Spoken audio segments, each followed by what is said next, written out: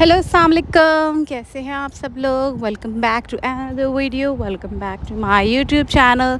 तो आज की जो वीडियो है वो है जी कि किस तरह से हम अपने फेस से, बॉडी से टैनिंग किस तरह से हटा सकते हैं, क्योंकि गर्मियों का मौसम जो है वो अभी तक जान नहीं छोड़ रहा। तो जी वीडियो स्टार्ट करते हैं बगैर टाइम ज़ाया किए। सबसे पहले हम फेस के जो है फेशियल हेयर वो रिमूव करेंगे विथ टिंकल रेज़र। सबसे पहले एलोवेरा जेल लगाएंगे। मैं वीडियो को फास्ट फॉरवर्ड में फेस के जो हेयर हैं वो रिमूव करूँगी।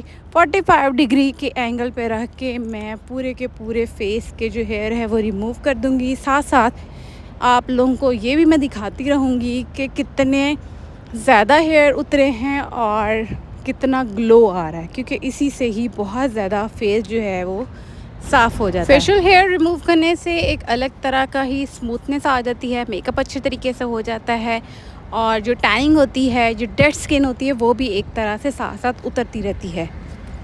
तो मैं फुल फेस की कर लूँगी, चिन से भी कर लूँगी और चीक से, नोज़ की मैं सबसे लास्ट में करूँगी। इससे ये है कि हल्के फुल्के जो डेड स्किन लाइक कोई ब्लैक हेड या वाइट हेड वगैरह हो वो भी आसानी से निकल जाते हैं। फ़ोरहेड पे मैं बिल्कुल लाइट सा करती हूँ, क्योंकि इतने ज़्यादा फ़ोरहेड पे बाल नहीं होते। बिल्कुल साइड से करूँगी और इतना ज़्यादा नहीं करूँगी। चलिए जी, अब स्टार्ट करते हैं कि पहला स्टेप क्या है। पहला स्टेप है जी क्लेंजिंग। तो मैं भी आप लोगों को सबसे पहले मैं तरीका बताऊंगी, यूज़ क्या करना है, किस तरह से करना है। देन मैं लास्ट में आपको बताऊंगी कि क्या क्या चीज़ें मैंने ऐड की थी, क्योंकि आप लोग वो मेन पार्ट जो है वो स्किप कर देते हैं।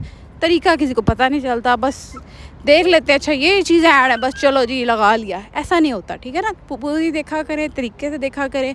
और जिसने अभी तक मेरे चैनल को सब्सक्राइब नहीं किया हुआ, फटाफट से जाके सब्सक्राइब कर ले। चलिए जी, क्लिनजिंग मिल्क को मैंने कॉटन जो पैड्स हैं उसको अच्छे तरीके से उसके अंदर डिप करके साफ़ किया था और अब फेस पे लगा रही। दूध लेना है, उसके अंदर थोड़ी सी हल्दी ऐड कर देनी है और कॉटन पैड जो है वो डिप करके वो लगा लेना है, बस इतनी सी बात। देन जी अब बारी आती है जी स्क्रब की। स्क्रब को भी मैं फुल फेस पे लगा लूँगी।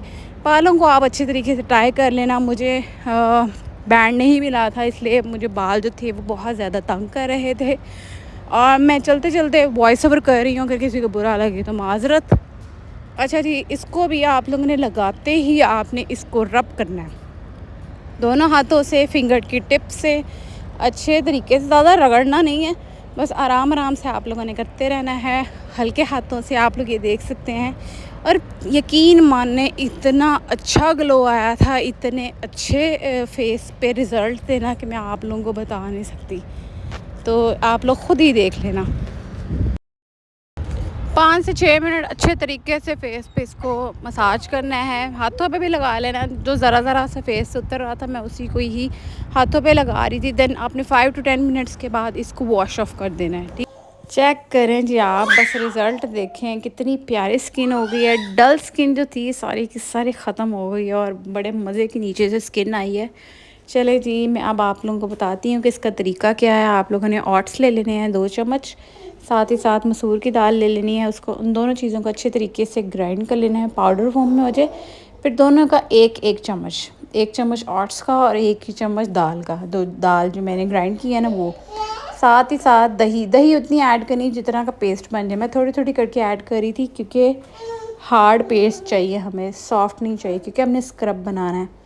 पहले मैंने 1 चम्मच ऐड किया था, फिर वो थोड़ा कम था, मैंने थोड़ा सा और ऐड कर दिया और इसका इस तरह का थिक सा पेस्ट बनाना है। अब मैं 5 से 6 कतरे जो है वो लेमन के ऐड करूँगी। लेमन का आप लोगों को पता ही है, अनइवन स्किन को ये नॉर्मल करता है। ज़्यादा नहीं लगाना है, सिर्फ थोड़ा सा ही। बस मैं ये स्किन आपको दिखा रही थी बार बार। चले जी, अब बनाते हैं जी टोनर। टोनर क्या है जी, हम स्क्रब के बाद जो हमारी स्किन जो है वो थोड़ी सी ड्राई हो जाएगी या हो जाती है, तो उसको डीपली मॉइस्चराइज़ करने के लिए एक टोनर बनाया है। सारी की सारी चीज़ें जो हैं वो घर से ही लेनी है। क्या करना है आपने, पहले आप लोग देख लें इसको लगाना किस तरह। लगाने के बाद जो है थोड़ा सा मसाज कर लेना है ताकि वो डीपली अब्जॉर्ब हो जाए। जैसे हम मॉइस्चराइज़र लगाते हैं वैसे ही आपने टोनर को लगा लेना है। 5 मिनट के अंदर अंदर ये खुद ही ड्राई हो जाएगा। देन आपने इसको छोड़ देना है। चले जी, मैंने एक इस तरह का मेजरिंग कप ले लिया है, ये वैसे ही बस मैंने लिया है। इसमें आपने 3 से 4 चम्मच जो है वो रोज़ वाटर ऐड कर लेना है। फिर आपने ग्लिसरीन, जो नॉर्मल ग्लिसरीन होती है, अगर 4 से 5 चम्मच आपने